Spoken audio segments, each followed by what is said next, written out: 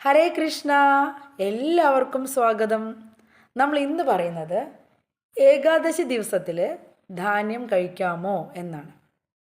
ഈ കാര്യം ചൈതന്യ ചരിതാമൃതത്തിൽ പറയുന്നുണ്ട്. ചൈതന്യ ചരിതാമൃതം ആദിലീല 15-ാം അധ്യായം 9-ാം ശ്ലോകത്തിലാണ് പറയുന്നത്.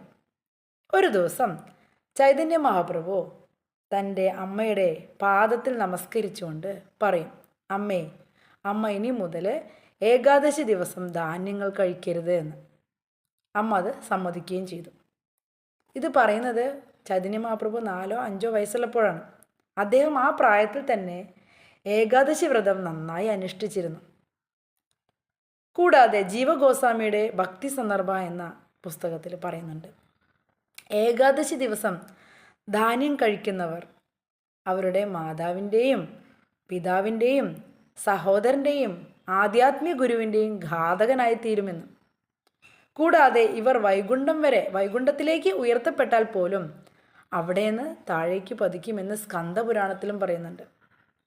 അപ്പോൾ ഏകാദശി ദിവസം നമുക്ക് എല്ലാ ധാന്യങ്ങളും പാചകം ചെയ്ത് കൃഷ്ണ ഭഗവാന് സമർപ്പിക്കാവുന്നതാണ്.